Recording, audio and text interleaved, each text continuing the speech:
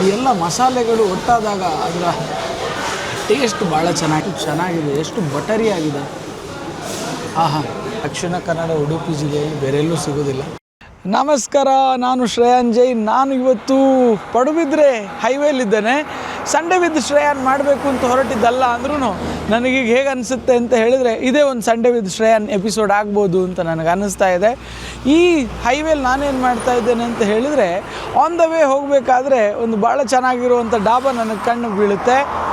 ಈ ಡಾಬಾ ಎಷ್ಟು ಚೆನ್ನಾಗಿದೆ, ಎಷ್ಟು ಅಥೆಂಟಿಕ್ ಆಗಿರುವಂಥ ಫುಡ್ಗಳನ್ನು ಕೊಡುತ್ತೆ ಅನ್ನೋದನ್ನು ನಾನು ನಿಮ್ಮ ಜೊತೆ ತೋರಿಸ್ಬೇಕು ಅಂತಿದ್ದೇನೆ.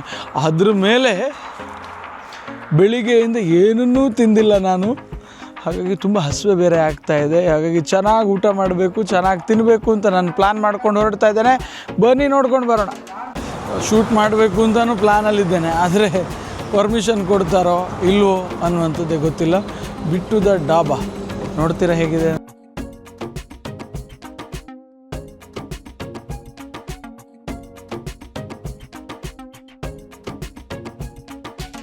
ಕೊನೆಗೂ ಸ್ವಲ್ಪ ರಿಕ್ವೆಸ್ಟ್ ಮಾಡಿದ ನಂತರ ಪರ್ಮಿಷನ್ ಸಿಕ್ಕಿದೆ ನನಗೆ ಶೂಟ್ ಮಾಡೋದಕ್ಕೆ. ಶೂಟ್ ಮಾಡಬೇಕು ಅಂತ ನಾನು ಹೊರಟಿದ್ದೇನೆ, ಪ್ಲ್ಯಾನ್ ಮಾಡ್ತಾ ಇದ್ದೇನೆ. ಈಗ ನಾವೇನು ಹೋಟೆಲಲ್ಲಿದ್ದೇವೆ ಇದು ನಿಮ್ಗೆ ನಾನು ತೋರಿಸ್ತೇನೆ. ಇದು ಹೆಜಮಾಡಿ ಟೋಲ್ ಗೇಟ್ನ ಒಂದು 200-300 ಮೀಟ್ರ್ ದೂರದಲ್ಲಿರುವಂಥ ಭಾಳ ಚೆನ್ನಾಗಿರೋ ಜಾಗದಲ್ಲಿರುವಂಥ ಹೋಟೆಲ್ ಡಾಬಾ. ಬಿಟ್ಟು ದ ಡಾಬಾವನ್ನು ನಾನು ನಿಮ್ಗೆ ತೋರಿಸ್ತೇನೆ, ಬನ್ನಿ. ಕಾರ್ಕಳದಿಂದ 34 ಕಿಲೋಮೀಟರ್ ದೂರ ಇರುವಂತಹ ಪಡುಬಿದ್ರೆ ಹೆಜಮಾಡಿ ಟೋಲ್ ಗೇಟ್ನ ಪಕ್ಕದಲ್ಲೇ ಇರುವಂತಹ ಪ್ಯೂರ್ ವೆಜಿಟೇರಿಯನ್ ಡಾಬಾ ಬಿಟ್ಟು ದ ಡಾಬಾ. ಇದರ ಒಳಗಡೆ ಹೋದ ಕೂಡಲೇ ಒಂದು ರೀತಿಯ ಹಳೆಯ ಡಾಬಾದ ಫೀಲ್ ನಮಗೆ ಕೊಡುತ್ತದೆ. ಹಾಗೂ ಇಲ್ಲಿ ಸಿಗುವಂತಹ ವಸ್ತುಗಳು, ಇಲ್ಲಿ ಸಿಗುವಂತಹ ಫುಡ್ ಕಂಪ್ಲೀಟ್ಲಿ ಅಥೆಂಟಿಕ್. ಹಾಗಾಗಿ ಸೀದಾ ನಾವು ಕಿಚನ್ಗೆ ಹೋಗ್ತಾ ಇದ್ದೇವೆ. ಹೋಗ್ತಾ ಇದ್ದ ಹಾಗೆ ಅಲ್ಲಿ ಫ್ರೈಡ್ ರೈಸ್ ರೆಡಿ ಆಗ್ತಾ ಇತ್ತು. ಆ ಮಸಾಲೆಗಳನ್ನು, ಆ ಸಾಸ್ಗಳನ್ನು ಮಿಕ್ಸ್ ಮಾಡಿ ಟಾಸ್ ಮಾಡ್ತಾ ಇರುವಂಥದ್ದೇ ನಿಜವಾಗಿ ಚೆನ್ನಾಗಿದೆ. ಬೇಕಾದಷ್ಟು ಪಾರ್ಸೆಲ್ಗಳು, ಬೇಕಾದಷ್ಟು ಆರ್ಡ್ರ್ಗಳು ನಿರಂತರವಾಗಿ ಈ ಜಾಗದಲ್ಲಿ ಬರ್ತಾನೆ ಇರ್ತದೆ, ಹೋಗ್ತಾನೆ ಇರ್ತದೆ. ಇದನ್ನು, ಈ ಬ್ಯುಸಿ ಕಿಚನನ್ನು ನೋಡುವಂಥದ್ದೇ ಒಂದು ಸೌಭಾಗ್ಯ ಅಂತ ನನಗೆ ಅನ್ನಿಸ್ತದೆ.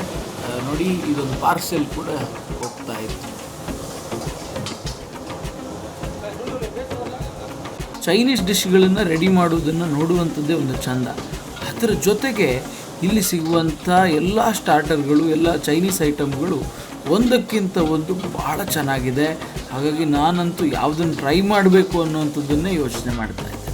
ಇದೇ ನೋಡಿ ಈ ಡಾಬಾದ ಸ್ಪೆಷಾಲಿಟಿ. ನೀವು ಬೇರೆ ಕಡೆಗಳಲ್ಲಿ ಬೇರೆ ಬೇರೆ ರೀತಿಯ ಡಿಶ್ಗಳನ್ನು ನೀವು ಟ್ರೈ ಮಾಡ್ಬೋದು, ಆದರೆ ಈ ಥರ ಒಂದು ಲಸ್ಸಿ ಬೇರೆ ಎಲ್ಲೂ ಸಿಗಲಿಕ್ಕಿಲ್ಲ. ನಾನು ಅವ್ರ ಹತ್ರ ಕೇಳಿದೆ ಎಷ್ಟು ಲಸ್ಸಿ ಪ್ರಿಪೇರ್ ಮಾಡ್ತೀರಿ ಅಂತ ಹೇಳಿದರೆ, ಅವರು 9 ಬಾಕ್ಸ್ಗಳಲ್ಲಿ 24 ಬಾಟ್ಲುಗಳು ತುಂಬುವಂಥ ಅಷ್ಟು ಲಸ್ಸಿಗಳನ್ನು ಪ್ರಿಪೇರ್ ಮಾಡ್ತಾರೆ. ಬೇಕಾದಷ್ಟು ಪಾರ್ಸೆಲ್ಗಳು ಕೂಡ ಇಲ್ಲಿಂದ ಹೋಗ್ತವೆ. ನನಗೆ ಬಹಳ ಇಂಟ್ರೆಸ್ಟ್ ಇರುವಂತಹ ಜಾಗ ಇದು. ಯಾಕೆ ಅಂತ ನೀವು ಕೇಳಿದ್ರೆ, ಯಾವಾಗ ಈ ಜಾಗಕ್ಕೆ ಬಂದರೂ ಕೂಡ ಬಹಳ ಫಾಸ್ಟಾಗಿ ಗರಿಗರಿಯಾಗಿರುವಂಥ ರೋಟಿಗಳನ್ನು, ನಾನನ್ನು, ಬಟರ್ ಕುಲ್ಚವನ್ನು ರೆಡಿ ಮಾಡಿ ಕೊಡುವಂತಹ ಜಾಗ ಇದು. ಅದಕ್ಕೆ ಬಹಳ ಕಾರಣ ಇರುವಂಥದ್ದು ಈ ಬಿಸಿ ಬಿಸಿಯಾಗಿರುವಂತಹ ತಂದೂರು. ಇದನ್ನು ಎಷ್ಟು ಚೆನ್ನಾಗಿ ಮೇಂಟೈನ್ ಮಾಡಿದ್ದಾರೆ, ಎಷ್ಟು ನೀಟಾಗಿ ಇಟ್ಕೊಂಡಿದ್ದಾರೆ ಅನ್ನುವಂಥದ್ದು ಕೂಡ ಬೇಕಾಗ್ತದೆ. ನೋಡಿ ಹೇಗೆ ಒಂದು ನಾನನ್ನು ಅದರ ಒಳಗಡೆ ಬಡಿತಾರೆ. ಅಷ್ಟು ಫಾಸ್ಟಾಗಿ ಕ್ವಿಕ್ ಆಗಿದ್ದರೆ ಮಾತ್ರ ಅದು ಚೆನ್ನಾಗಿ ಬರುತ್ತೆ. ನೋಡಿ ಈ ಥರ. ಹಾಗೆ ನಾನು ಅವ್ರ ಹತ್ರ ಕೇಳಿದೆ, ದಿನಕ್ಕೊಂದು ಎಷ್ಟು ರೋಟಿ ಹೋಗ್ಬೋದು ಅಂತ ಕೇಳಿದ್ರೆ ಅವ್ರು ಹೇಳ್ತಾರೆ, ಹೇಳೋಕ್ಕಾಗಲ್ಲ ಸರ್, ಒಂದೊಂದು ದಿವಸ 1 ಕ್ವಿಂಟಾಲ್ ಆಟವನ್ನು ಬಳಸಿಕೊಂಡು ಮಾಡಬೇಕಾಗಿರುವ ರೋಟಿಗಳು ಕೂಡ ಹೋದದ್ದಿದೆ ಅಂತ. ಹಾಗಾಗಿ ಅಷ್ಟು ಹಿಟ್ಟನ್ನು ಯೂಸ್ ಮಾಡಿಕೊಂಡು ಮಾಡಬೇಕಾದ್ರೆ ಎಷ್ಟು ಜನ ಬರ್ತಾರೆ, ಎಷ್ಟು ಜನ ಇಲ್ಲಿಯ ಫ್ಯಾನ್ಗಳಿದ್ದಾರೆ ಅನ್ನುವಂಥದ್ದನ್ನು ನೀವು ಅರ್ಥ ಮಾಡ್ಕೋಬೇಕು. ಅಂಥ ಫ್ಯಾನ್ಗಳಲ್ಲಿ ನಾನು ಕೂಡ ಒಬ್ಬ. ನೋಡಿ ಅದೇನಲ್ಲಿದೆ ಅದು ಪನ್ನೀರ್ ಕುಲ್ಚಾ ಅಂತ ಹೇಳ್ತಾ ಇದ್ದಾರೆ. ಪನ್ನೀರ್ನ ಸ್ಟಫಿಂಗನ್ನು ಅದರ ಒಳಗಡೆ ಹಾಕಿ ತಂದೂರಿನಲ್ಲಿ ಭಾಳ ಚೆನ್ನಾಗಿ ಬೇಯಿಸಿ, ಆ ಹೊರಗಡೆಯ ಭಾಗ ಬಹಳ ಬಿಸಿ ಇರುತ್ತೆ.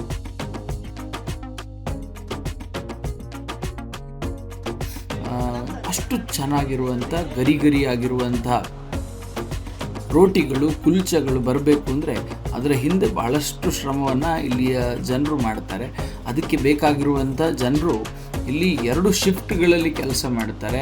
ಬೆಳಿಗ್ಗೆ ಸಂಜೆ ರಾತ್ರಿ ಅನ್ನುವ ರೀತಿಯಲ್ಲಿ ಕೆಲಸವನ್ನು ಮಾಡಿಕೊಂಡು ಮಾಡ್ತಾರೆ. ನೋಡಿ ಹೇಗೆ ಬಟರನ್ನು ಅದರ ಮೇಲೆ ಹಾಕಿ ಅದನ್ನು ಕಟ್ ಮಾಡಿ ಕೊಟ್ಟರೆ ಅದನ್ನು ಸವಿಯುವಂಥದ್ದೇ ಭಾಳ ಸಂಭ್ರಮ ಅಂತ ನನಗನ್ನಿಸುವಂಥದ್ದು. ನೋಡಿ ಹೇಗೆ ಕಾಣ್ತಾ ಇದೆ. ಪಂಜಾಬಿಗಳು ಯಾವುದಕ್ಕೆ ಫೇಮಸ್ ಅಂತ ಹೇಳಿದರೆ ಬಟರ್ನಲ್ಲಿ ಯಾವುದೇ ರೀತಿಯಾದಂಥ ಚೌಕಾಸಿಯನ್ನೇ ಮಾಡೋದಿಲ್ಲ. ಅದೇ ರೀತಿ ಬೇಕಾದಷ್ಟು ಬಟರನ್ನು ಹಾಕಿ ಇನ್ನೂ ಕ್ರೀಮಿ ಮಾಡಿ ಕೊಡುವಂಥ ರೋಟಿಗಳು ಇಲ್ಲಿ ಸಿಗುತ್ತೆ. ಒಂದು ಹೋಟೆಲ್ ಯಾವಾಗ ಚೆನ್ನಾಗಿರುತ್ತೆ ಅಂತ ಹೇಳಿದರೆ ಯಾವಾಗ ಅವರ ಕಿಚನ್ ಭಾಳ ಚೆನ್ನಾಗಿರುತ್ತೆ, ಯಾವಾಗ ಅಲ್ಲಿ ಕೆಲಸ ಮಾಡುವಂಥವರು ಇರ್ತಾರೆ ಆವಾಗ. ಹಾಗಾಗಿ ನಿರಂತರವಾಗಿ ಕೆಲಸ ಮಾಡುವಂತಹ ಜಾಗ ಇದು. ನೋಡಿ ಈ ಮೆನುವನ್ನು ನೋಡಿಕೊಂಡು ನಾವೀಗ ಆರ್ಡರ್ ಮಾಡಬೇಕು. ಬನ್ನಿ, ಯಾಕೆ ತಡ ಮಾಡೋದು. ನೋಡಿ, ನಾನು ಈಗಷ್ಟೇ ಹೇಳ್ತಾ ಇದ್ದೆ ನನಗೆ ತುಂಬ ಹಸುವಾಗಿದೆ, ಏನೂ ತಿಂದಿಲ್ಲ ಅಂತ. ಹಾಗಾಗಿ ನನ್ನ ಪಾಲಿಸಿ ಏನು ಅಂತ ಹೇಳಿದರೆ ಈ ಸೂಪ್ ಎಲ್ಲ ಕುಡಿದ್ರೆ ನಮ್ಮ ಹೊಟ್ಟೆ ಫುಲ್ಲಾಗಿಬಿಡುತ್ತೆ, ಚೆನ್ನಾಗಿ ತಿನ್ನೋಕ್ಕಾಗಲ್ಲ. ಹಾಗಾಗಿ ಈ ಸೂಪನ್ನ ನಾವು ತೊಗೊಳ್ಳೋದು ಬೇಡ ಅಂತ ನಾನು ಡಿಸೈಡ್ ಮಾಡಿದ್ದೇನೆ. ಬೇರೆ ಏನು ನೋಡೋಣ. ಅಷ್ಟೇ ಆರ್ಡ್ರ್ ಮಾಡಿದ್ದೀನಿ. ಮಸಾಲ ಪಾಪಡ್ ಆರ್ಡ್ರ್ ಮಾಡಿದ್ದೀನಿ.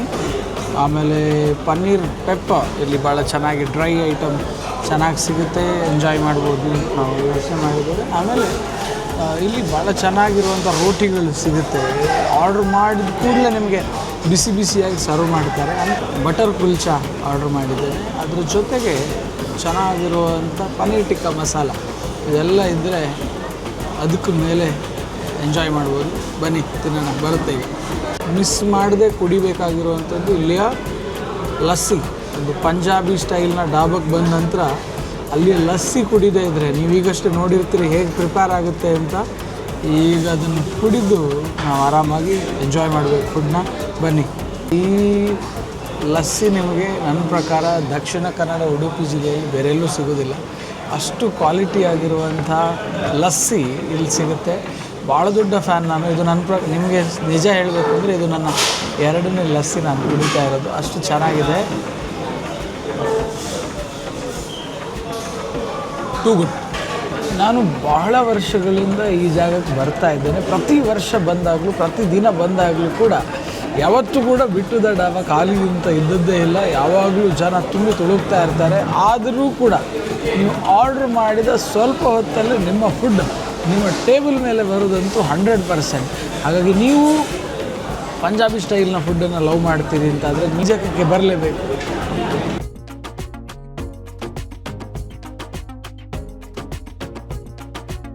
ಜಾಸ್ತಿ ತಡ ಮಾಡೋದು ಬೇಡ. ಬನ್ನಿ, ಮಸ್ಟ್ ಬೈ.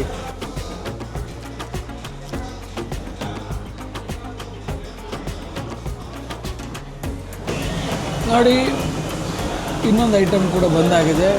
ಪನ್ನೀರ್ ಪೆಪ್ಪರ್ ಬಂದಿದೆ.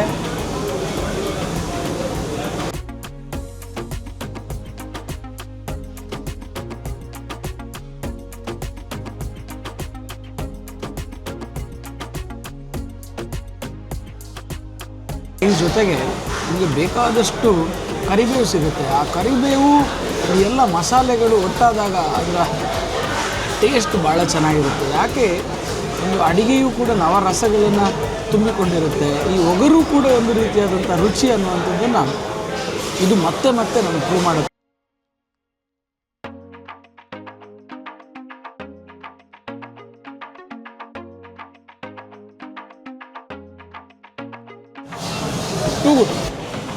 ನನ್ನ ಬಹಳ ಪ್ರೀತಿಯ ಬಟರ್ ಕುಲ್ಚಾ ಬಂದಿದೆ. ಎಷ್ಟು ಕ್ರಿಸ್ಪಿ ಆಗಿದೆ, ಎಷ್ಟು ಚೆನ್ನಾಗಿದೆ, ಎಷ್ಟು ಬಟರಿ ಆಗಿದೆ. ಆಹಾ, ಈ ಬಟರ್ ಕುಲ್ಚಾವನ್ನು ಪನ್ನೀರ್ ಟಿಕ್ಕಾ ಮಸಾಲದ ಜೊತೆ ಸೇರಿಸ್ಕೊಂಡು ತಿಂದರೆ ಪನ್ನೀರ್ ಟಿಕ್ಕಾ ಮಸಾಲ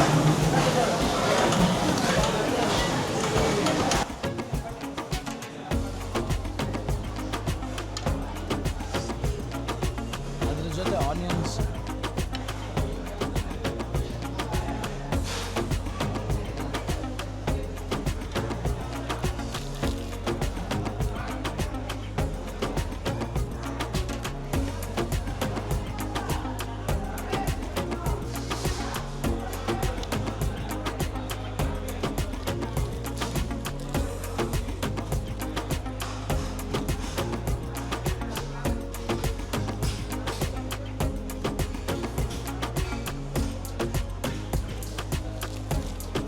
ನೋಡಿ, ಎಲ್ಲಿಯ ಪಂಜಾಬಿ ಡಾಬಾ, ಎಲ್ಲಿಯ ಕರಾವಳಿ, ಈ ಕರಾವಳಿಯಲ್ಲಿ ಇಷ್ಟು ಗುಣಮಟ್ಟದ ಫುಡ್ಡನ್ನು ಕೊಡಬೇಕಾದ್ರೆ ಅದಕ್ಕೆ ಕಾರಣ ಅವರ 30 ವರ್ಷದ ಈ ಹೋಟೆಲ್ ಇಂಡಸ್ಟ್ರಿಯಲ್ಲಿರುವಂಥ ಎಕ್ಸ್ಪೀರಿಯನ್ಸ್. ಅದರಿಂದಾಗಿ ಇಷ್ಟು ಕ್ವಾಲಿಟಿಯ, ಇಷ್ಟು ಒಳ್ಳೆ ರೀತಿಯಾದಂಥ ಫುಡ್ಡನ್ನು ಕೊಡಲಿಕ್ಕೆ ಕಾರಣ ಆಗುತ್ತಾ ಇದೆ.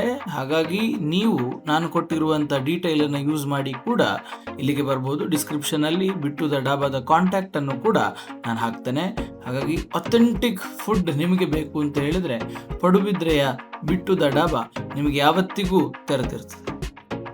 ಒಂದು ಡಾಬಾ ಅಂತ ಹೇಳಿದ್ರೆ ಅಲ್ಲಿ ಲಾರಿ ಡ್ರೈವರ್ಸ್ಗಳೇ ಜಾಸ್ತಿ ಇರ್ತಾರೆ. ಒಂದು ಫ್ಯಾಮಿಲಿ ಬರೋಕ್ಕಾಗದೇ ಇರುವಂಥ ಜಾಗ ಅಂತ ಅಂದ್ಕೊಳ್ಳುವಂಥ ಈ ಕಾಲದಲ್ಲಿ ಒಂದು ಫ್ಯಾಮಿಲಿ ಬಂದುಕೊಂಡು ಆರಾಮಾಗಿ ಈ ಡಾಬಾ ಸ್ಟೈಲ್ನ ಫುಡ್ಡನ್ನು ಎಂಜಾಯ್ ಮಾಡುವಂತಹ ಜಾಗ ಬಿಟ್ಟು ದ ಡಾಬಾ.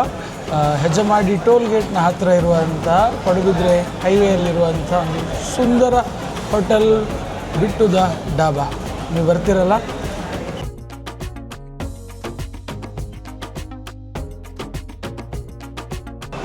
ಇಷ್ಟು ಐಟಮ್ ತೊಗೊಂಡಾಗ ನನಗಾಗಿರುವಂಥ ಬಿಲ್ಲು 690. ಒಂದು ಟಿಕೆಟ್ ಫ್ರೆಂಡ್ಲಿ ಹೋಟೆಲ್ ನನ್ನ ಪ್ರಕಾರ ಹೆಜಮಾಡಿಯಲ್ಲಿರುವಂಥ ಪಡುಬಿದ್ರೆಯ ಬಿಟ್ಟು ದ ಡಾಬಾ. ನಾನು ಯಾವಾಗ ಈ ರೋಡಲ್ಲಿ ಬಂದರೂ ಕೂಡ ನಾನು ಮಿಸ್ ಮಾಡದೆ ಬರುವಂಥ ಜಾಗ ಹೆಜಮಾಡಿಯಲ್ಲಿರುವಂಥ ಬಿಟ್ಟು ದ ಡಾಬಾಕ್ಕೆ. ನೀವು ಬನ್ನಿ, ಈ ಜಾಗ ಹೇಗಿತ್ತು, ಇಲ್ಲಿಯ ಫುಡ್ ಹೇಗಿತ್ತು ಅಂತ ಕಮೆಂಟಲ್ಲಿ ಹಾಕಿ. ಎಷ್ಟೇ ಊಟ ಮಾಡಿದ್ರೂ ಕೂಡ ಅದು ಸಂಪೂರ್ಣವಾಗಿ ಜೀರ್ಣ ಆಗಬೇಕು ಅಂದರೆ ಭಾರತೀಯ ಪದ್ಧತಿಯ ಪ್ರಕಾರ ಈ ಎಲೆ ಅಡಿಕೆಯನ್ನು ಹಾಕಬೇಕು. ಹಾಗೆ ಒಂದು ಚೆನ್ನಾಗಿರುವಂಥ ಸ್ವೀಟ್ ಬೀಡ ಇಲ್ಲಿ ಭಾಳ ಫೇಮಸ್. ಅದನ್ನು ತೊಗೊಂಡು ಅದನ್ನು ಸೇವಿಸ್ತಾ ಇವತ್ತಿನ ಈ ಸಂಡೇ ಮುಗಿಸ್ತಾ ಇದ್ದೇನೆ. ಹಾಗಾಗಿ ಈ ಥರ ಮಾತಾಡ್ತಾ ಹೋದರೆ, ನೋಡ್ತಾ ಹೋದರೆ ನೋಡಿ ಮುಗಿಯದೇ ಇರುವಷ್ಟು ಜಾಗಗಳಿದ್ದಾವೆ, ಹೇಳ್ತಾ ಹೋದರೆ ಹೇಳಿ ಮುಗಿಯದೇ ಇರುವಷ್ಟು ಕಥೆಗಳಿದ್ದಾವೆ. ಹಾಗಾಗಿ ಮುಂದಿನ ಊರು ನಿಮ್ಮವರು. ಅಲ್ಲಿಯವರೆಗೆ ಟಾಟಾ, ಬಾಯ್ ಬಾಯ್, ನಮಸ್ಕಾರ.